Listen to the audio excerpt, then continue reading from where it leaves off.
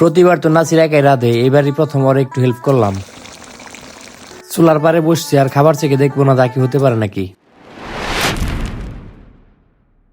গ্রামে থাকলে মাঝে মাঝে রাতে মুরগি বা গরুর মাংসের পিকনিকের আয়োজন থাকে আমাদের। প্রত্যেকবারই আমরা বাজার করা শেষে যার যার মতো ঘোরাফেরা আড্ডাবাজিতে ব্যস্ত থাকি, আর নাসির একাই রান্না করে। শুধু রান্নাই না, রান্নার জন্য মশলা রেডি করা থেকে শুরু করে সব কাজও একাই করে। আর এবারই প্রথম রান্না করার সময় আমি নাসির সাথে চুলার পারে ছিলাম, আর যেহেতু আমি চুলার পারে ছিলাম তাই যতটুকু সম্ভব ওকে হেল্প করার চেষ্টা করতেছিলাম। সবচেয়ে বড় কথা, আমাদের এই পিকনিকের খাবার কিন্তু মাটির চুলাতে রান্না করেছিলাম। সবকিছু রেডি করে নিয়ে চুলার পাশে আসার পর প্রতিদিনের মতো নাসিরই রান্না করতেছিল, আর এদিকে আমি শুধু ওকে যতটুকু পারি হেল্প করার চেষ্টা করতেছিলাম। মানে হলো নাসিরই রান্না করতেছিল, আর এদিক থেকে আমি মুরগি, বেজে রাখা আলু আর প্রয়োজন মতো মশলা সবকিছু দিয়ে দিতেছিলাম। সবকিছু দিয়ে দেওয়া শেষ, আর কোনো কাজ নাই। নাসির রান্না করতেছিল আর আমরা চুলার পাশে বসে দেখতেছিলাম।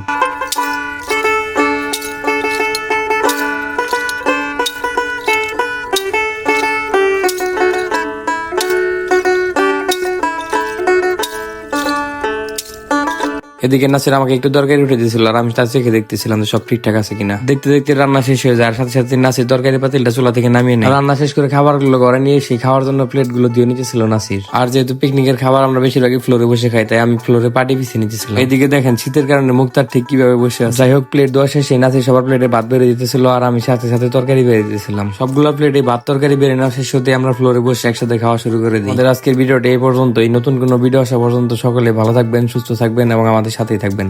আল্লাহ হাফেজ।